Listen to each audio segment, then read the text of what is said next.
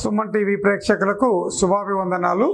నా పేరు రంగన్న దాసరి, నేను ఇంగ్లీష్ ట్రైనర్. మనం ప్రీవియస్ క్లాసుల్లో 3 సెంటెన్సెస్ గురించి నేర్చుకున్నాం. అసర్టివ్ డిక్లరేటివ్ సెంటెన్స్ అని, ఇంటరాగేటివ్ సెంటెన్స్ అని, ఇంపరేటివ్ సెంటెన్స్ అని 3 సెంటెన్సెస్ గురించి నేర్చుకున్నాం. ఇప్పుడు last sentence exclamatory sentence. 4th one exclamatory sentence.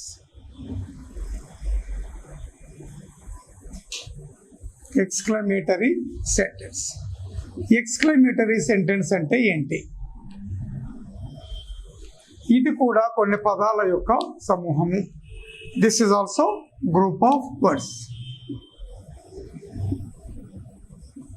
This is also a group of words. ఇది కూడా కొన్ని పదాల యొక్క సమూహము.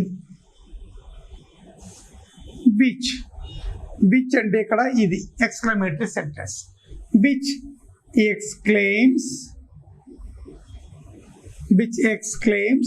sudden feelings. Which exclaims sudden feelings is called exclamatory sentence. Which exclaims sudden feelings is called exclamatory sentence. This is a group of words. ఇది కొన్ని పదాల యొక్క సమూహము. ఎక్స్క్లమేటరీ సెంటెన్స్ అన్నది గ్రూప్ ఆఫ్ వర్డ్స్. విచ్ అంటే ఇది, ఇది అంటే ఎక్స్క్లమేటరీ సెంటెన్స్. ఎక్స్క్లెయిమ్స్ అంటే వ్యక్తపరచుట. సడన్ ఫీలింగ్స్, సడన్ అంటే అకస్మాత్తుగా, ఫీలింగ్స్ అంటే భావాలు. ఏదైనా ఒక స్థలాన్ని చూసినప్పుడు కానీ, ఒక వ్యక్తిని చూసినప్పుడు కానీ, ఒక సంఘటన విన్నప్పుడు కానీ మనకు తెలియకుండా మనలో నుంచి అకస్మాత్తుగా కొన్ని భావాలు బయటకు వస్తే ఆ భావాలను ఎక్స్క్లమేటరీ సెంటెన్స్ అంటారు. అకస్మాత్తుగా వచ్చే భావాలను వ్యక్తపరచటాన్ని ఎక్స్క్లమేటరీ సెంటెన్స్ అంటారు. దిస్ సెంటెన్స్, ఈ వాక్యము, this sentence starts with This sentence starts with what or how. What అనే పదంతో కానీ, how అనే పదంతో కానీ రెండే పదాలతో స్టార్ట్ అవుతుంది. వాట్ అయినా అయి ఉండొచ్చు, హౌ అయినా అయి ఉండొచ్చు. This sentence starts with what or how and ends with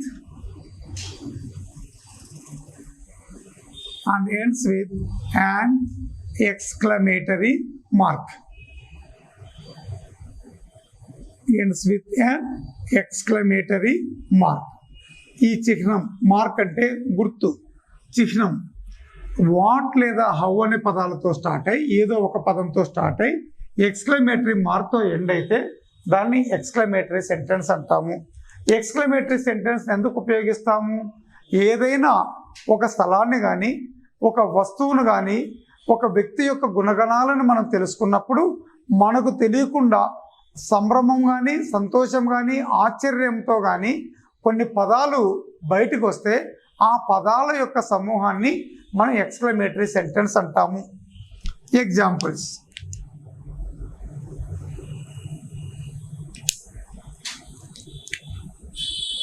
it is a beautiful park. It is a beautiful park. ఇది ఏ సెంటెన్స్? ఇది నౌను లేదా ప్రొనౌన్తో స్టార్ట్ అయ్యి ఫుల్ స్టాప్తో ఎండ్ అవుతుంది కాబట్టి ఇది అసర్టివ్ లేదా డిక్లరేటివ్ సెంటెన్స్. ఈ అసర్టివ్ డిక్లరేటివ్ సెంటెన్స్ని మనం క్యారమ్ బోర్డులో కాయిన్స్ని మనం స్ట్రైకర్తో కొడితే అవి ఎలా చెల్లా చెదరవుతాయో అలాగా మనం ఈ అసర్టివ్ డిక్లరేటివ్ సెంటెన్స్లో ఉన్న వాక్యాన్ని చెల్లా చెదరగా చేస్తే వచ్చేదే మనకు ఎక్స్క్లమేటరీ సెంటెన్స్. దీన్ని వాట్ లేదా హౌ ఏ పదం రాసుకున్నా కరెక్టే. What a beautiful park, what a beautiful park it is. What a beautiful park it is. మనం ఆ పార్క్కి ఎప్పుడు వెళ్ళలేదు, మీరు హైదరాబాద్కి వచ్చారని పార్క్ చూద్దామని తీసుకెళ్ళాను. ఆ పార్కును చూసిన తర్వాత అంటే ఆ స్థలాన్ని చూసిన తర్వాత మీకు తెలియకుండా ఆశ్చర్యంతో లేదా సంతోషంతో కూడుకున్న వాక్యాలు బయటకు వస్తే దాన్ని ఎక్స్క్లమేటరీ సెంటెన్స్ అంటాము. ఇప్పుడు నేను హైదరాబాద్లో ఉంటాను. ఉస్మాన్ యూనివర్సిటీకి ఎప్పుడు చాలామంది రాలేదు అనుకోండి. నేను ఉస్మాన్ యూనివర్సిటీలోని ఆర్ట్స్ కాలేజ్ బిల్డింగ్ చూపించినప్పుడు మీకు తెలియకుండా ఆశ్చర్యానికి గురైతే ఆ బిల్డింగ్ చూసిన వెంటనే మీకు తెలియకుండా ఆశ్చర్యంగా కొన్ని పదాలు బయటకు వస్తే దాన్ని ఎక్స్క్లమేటరీ సెంటెన్స్ అంటాము. ఎలాగో చూద్దాం. It is very huge building. It is very huge building. అది ఒక చాలా పెద్ద భవనము.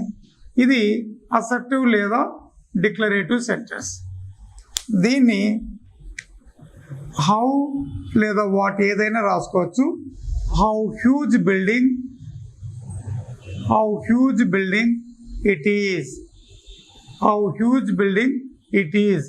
ఈ బిల్డింగు, ఈ భవనము ఎంత పెద్దదో, ఈ భవనం ఎంత పెద్దదో అని ఆశ్చర్యానికి గురైతే దాన్ని ఎక్స్క్లమేటరీ సెంటెన్స్ అంటాం. మనం ఒక పెళ్ళికి వెళ్తున్నాము. నేను ఒక పెద్ద పెళ్లి కూతురు తరపు బంధువు. అన్ని పెళ్లి కూతురు కావాల్సిన నగలు, అక్కడ పెళ్ళికి కావాల్సిన డబ్బులన్నీ నా దగ్గరే ఉన్నాయి. నేను బ్రీఫ్ కేసులో ఆటోలో వస్తున్నాను. ఒకటే ఫోన్లు వస్తున్నాయి, ఇంకా రాలేదు అని తొందరగా రమ్మంటే నేను ఆటో డ్రైవర్ని కూడా తొందర పెడుతున్నా. బాబు తొందరగా వెళ్ళు, ఫంక్షన్ హాల్కి తొందరగా వెళ్ళని పెడుతున్నాను. ఆ అబ్బాయి తొందరగా వచ్చాడు. మళ్ళీ నాకు ఎదురు వచ్చారు మా వాళ్ళ చుట్టాలు. రండి తొందర రండి అంటే ఆ కంగారులో నేను సూట్ కేసు, ఆ బ్రీఫ్ కేసుని నేను ఆటోలో మరిచి ఫంక్షన్ హాల్లోకి వచ్చాను. లోపలికి వెళ్ళిన తర్వాత డబ్బులు లేవు, బ్రీఫ్ కేసు అక్కడ మర్చిపోయిన సంగతి గుర్తొచ్చి కంగారుగా బయటకు వస్తున్నప్పుడు కొంతసేపు తర్వాత ఆటో డ్రైవరు ఆ బ్రీఫ్ కేసుని అందులో మర్చిపోయాను నేను అన్న సంగతి గుర్తు చేసుకొని తిరిగి వస్తున్నాడు. నా దగ్గరకు వచ్చిన తర్వాత అతన్ని చూసి నేను ఆశ్చర్యంతో, ఇతను ఎంత నిజాయితీ పరుడో, what an honest person he is, ఇతను ఎంత నిజాయితీ పరుడో అని నేను అతని గురించి, అతను యొక్క గుణగణాలను గురించి నేను సంతోషానికి ఆశ్చర్యానికి గురైనప్పుడు ఇలాంటి వాక్యాలను ఉపయోగిస్తాం. ఇక్కడితో మనకు 4 సెంటెన్సెస్ అయిపోయినాయి. Assertive declarative sentence, interrogative sentence, imperative sentence, exclamatory sentence. Assertive declarative సెంటెన్స్ని మనం సమాధానాలు చెప్పడానికి వాడతాం. అసర్టివ్ డిక్లరేటివ్ సెంటెన్స్లో అఫర్మేటివ్ సెంటెన్స్ సత్యాన్ని చెప్పే వాక్యం ఉంటుంది, కాదు కూడదు అని చెప్పే వాక్యం ఉంటుంది. ఇంటరాగేటివ్ సెంటెన్స్ ప్రశ్నల్లో మనకు 2 రకాల ప్రశ్నలు ఉంటాయి. ఒకటి సమాచారం తెలిసిన సమాచారాన్ని నిర్ధారించుకోవటం, అది కన్ఫర్మేటివ్ సెంటెన్స్ అంటాము. కన్ఫర్మేటివ్ సెంటెన్స్ మనకు హెల్పింగ్ వర్బ్స్తో స్టార్ట్ అయ్యి క్వశ్చన్ మార్క్తో ఎండ్ అవుతుంది. సమాచారం ఏమీ తెలియదు, సమాచారాన్ని తెలుసుకోవటానికి ఉపయోగించే వాక్యాలని మనం ఇన్ఫర్మేటివ్ సెంటెన్స్ అంటాము. ఇన్ఫర్మేటివ్ సెంటెన్స్ మనకు WH పదాలతో కానీ హౌ అనే పదాలతో స్టార్ట్ అవుతుంది. ఏ ఇద్దరు వ్యక్తులు ఎన్ని గంటలు డిస్కషన్ చేసినా, ఎన్ని గంటలు వాళ్ళు మాట్లాడుకున్నా అందులో ప్రశ్నలు ఉంటాయి, సమాధానాలు ఉంటాయి. ప్రశ్నలన్నీ ఇంటరాగేటివ్ సెంటెన్స్లోకి వస్తాయి, సమాధానాలన్నీ అసర్టివ్ డిక్లరేటివ్ సెంటెన్స్లోకి వస్తాయి. ఆ విధంగా మనం ఇంగ్లీష్ నేర్చుకోవాలనుకున్నప్పుడు మనం బాగా నేర్చుకోవాల్సింది ఈ 4 వాక్యాల మీద పట్టుండాలి. మరీ ముఖ్యంగా assertive declarative sentence, interrogative sentence, imperative sentence, ఈ 3 సెంటెన్సెస్ మనకు వస్తే ఇంగ్లీష్ అంతా మనకు వచ్చినట్టే. ఇంగ్లీష్ మీకు సులభంగా అర్థం కావాలంటే ఈ సెంటెన్సెస్ మీద మీరు ఈ వీడియోలన్నీ చూసి మీరు కమాండ్ తెచ్చుకోవాలి.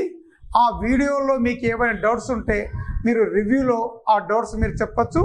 Thank you for giving me this opportunity.